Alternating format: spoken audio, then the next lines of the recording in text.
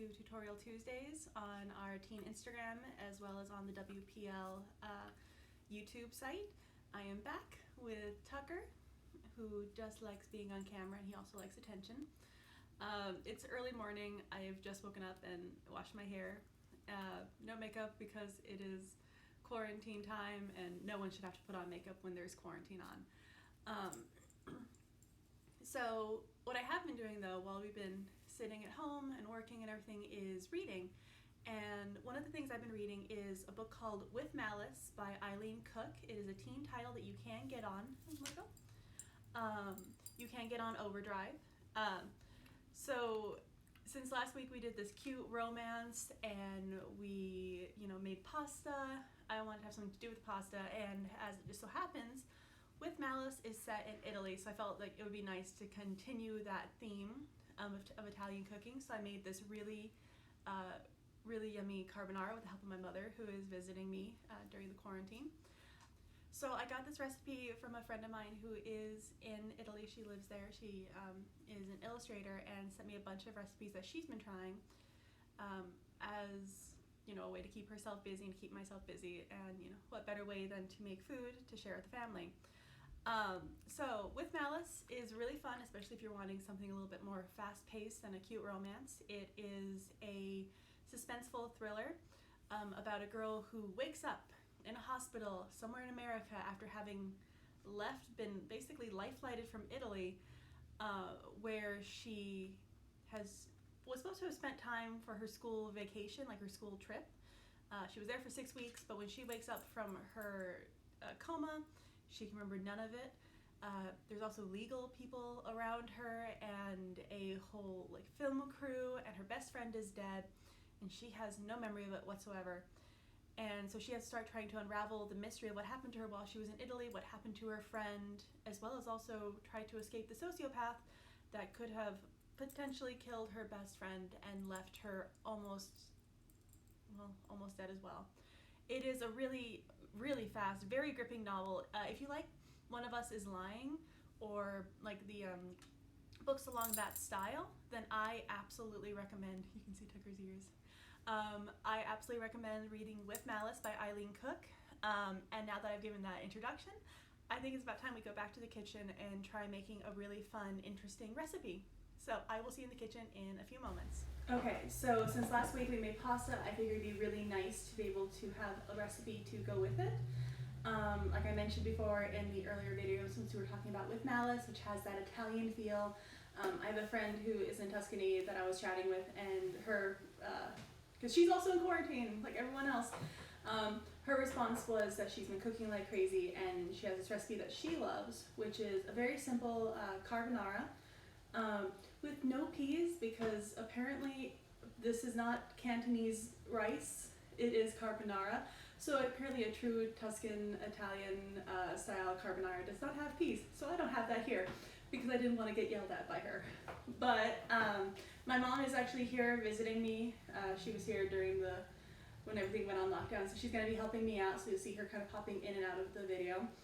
But yeah, so we're going to take the pasta that we made earlier, which I have right here, nice and fresh, and I've already started boiling water. This is an incredibly easy recipe, but it's something that you can really surprise or impress your family with.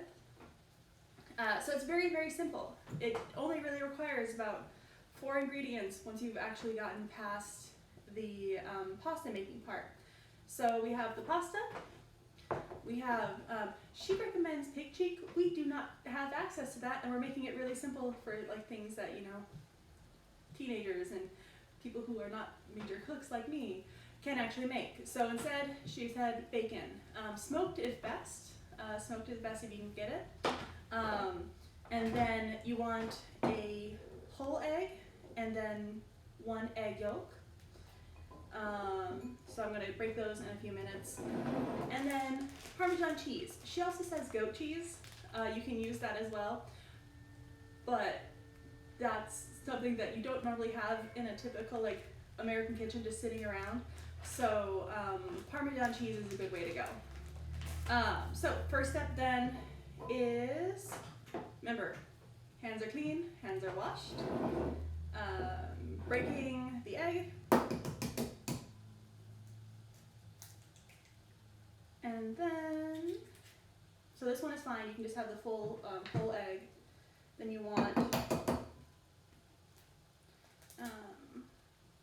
your egg yolk. I'm going to use this to, once again, I'm going to just do the rocking back and forth method because I don't feel like getting my hands all goopy like last time. My mom's hand. So there's my egg yolk in here. And then I just need to, can I have a fork? Absolutely. Please, thank you. You can see my very messy fridge. Thank you. So beat it very lightly. You don't want to scramble it, is what I was told. So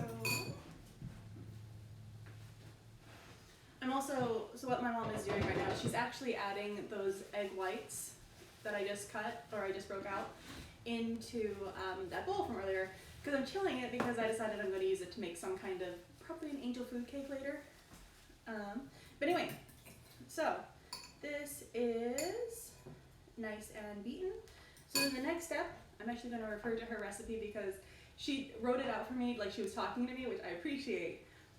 But I always kind of forget. So it's 5 to 6 spoonfuls. I like how she gave me the instructions where it's not quite exact measurements, which feels, once again, incredibly Italian. So 5 to 6 spoonfuls of cheese. So 1, 2. I'm being a little bit generous with my cheese because more cheese is better. I think I also lost count. That's 7. Oh, that's 7? Thanks. I lost count. And then also a little bit of pepper. She recommends mixing it up until it's nice and creamy. And adding salt and pepper, but she also, my friend recommended no salt is better just because your whatever it is called, your bacon is salty. So probably just add a little bit of pepper instead. Pepper to taste is what she said.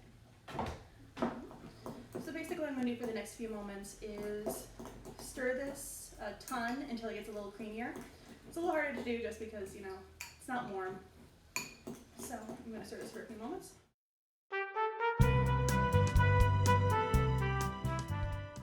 So she does recommend using goat cheese. But once again, I did not have that in my fridge.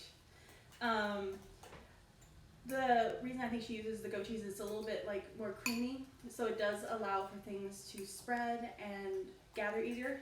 One of the things we actually saw when I was kind of researching how to do some changes for it is to use cream cheese, which might not be a bad idea, and also more people might have that in their fridges. And so, a healthy alternative. And it is a healthy alternative. So yeah, so I have mixed it together. It's not as creamy as I would like, but that is perfectly fine. Because once again, homemade is not perfect.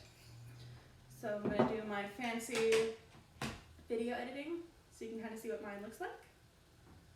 Which just looks like eggs and cheese mixed together, which that is always a really good combination. Okay, so past there, then it's the next step is to do the bacon in the pan. I am not going to videotape me Cooking bacon. But yeah, so I'm going to do that and come back. I love the sound of bacon sizzling. Okay, so you can probably hear the sizzling of the bacon. I just finished cooking it. You saw the little insert I did. So then the next step is taking the pasta. Now, one thing I was told, apparently there is the, I don't want to say myth, but there is knowledge has trickled over to Italy that sometimes people would take their pasta and throw it against the wall to see if it was done. My friend asked me about that, and when I told her I actually had a roommate in college who had done that, her response was to say she shivered so hard she fell out of her chair. So don't do that. The best way to figure out if your pasta is ready is that you still want it just a little bit hard under the heat, is how she explained it. So not like super, super gummy. You want it nice and loose and like malleable like this and warm, but that it has a snap to it. Instead of like it pulls apart, it kind of snaps apart. So that's kind of what you're looking for. I'm going to take one of my little fancy pictures. So you can see, oh, you can see it's steaming even in the picture. That's nice. So then the next step, pour it into the bowl. Now, my mother and I, because we're making this for dinner for ourselves tonight, we said, you know, we really want a little bit more. So we kind of doubled the recipe, which you can actually do. That's the nice thing about this, is that if you have a bigger family that you're trying to cook for, you should absolutely double the recipe. So just be 1 more egg and 1 more egg yolk. But then, next step, pour it into their big bowl of pasta. Make sure you get everything in there. And then you're going to start to mix it together, just so that you kind of get it all mixed through. So you just want to get it all coated, nice and creamy, all coated together. And as you know, I am very messy in the kitchen, so of course things fall out of the bowl.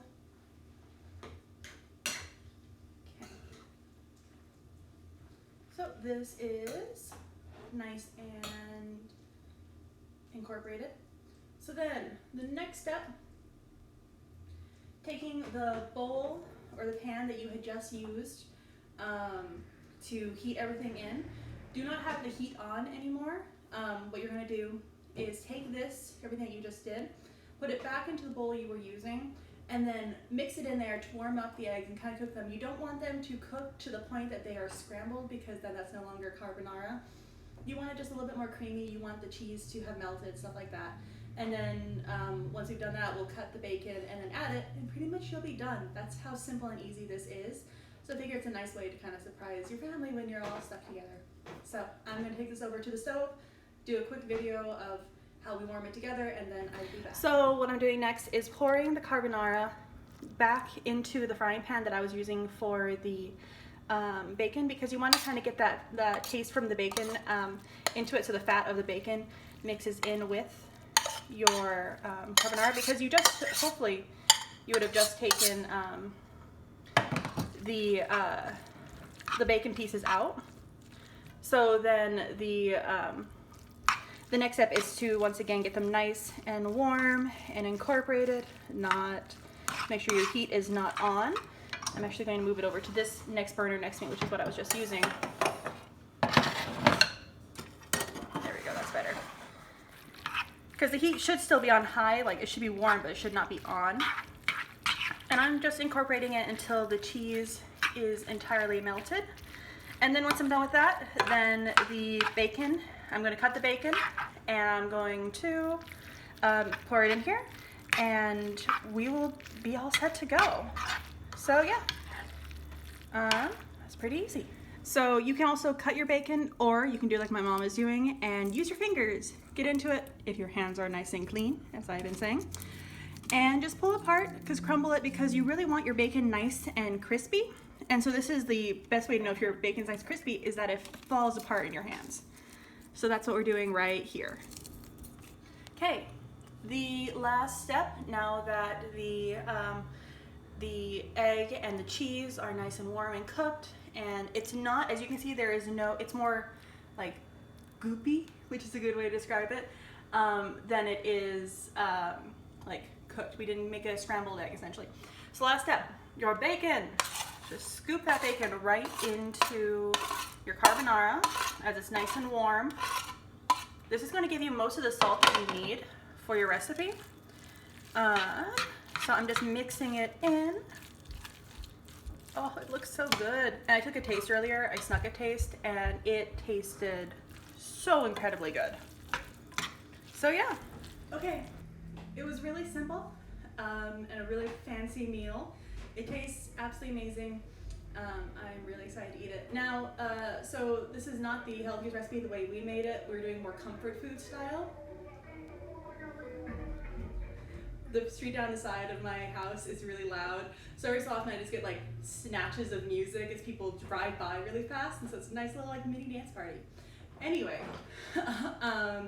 so yeah, the way we made it, we went more the comfort food route, and I also want to stay close to the recipe my friend gave me, because after her reaction about learning about people throwing pasta against the wall, I didn't want to disappoint her. So you can always go a little bit more on the healthy side. Instead of Parmesan, use low-fat cream cheese. Instead of smoked bacon, use maybe smoked turkey, like a turkey bacon instead. You can definitely make it a lot less comfort foodie if you want to try it that way. But yeah, the nice thing is this is something you can make for your family. You can make really simple, and you can feed a lot of people really easy. I filled the bowls up pretty high, and I still have a ton left over that I'm definitely going to be having for lunch tomorrow. But yeah, so next week I'm going to be doing comic book cookies based off a couple of my favorite comic books.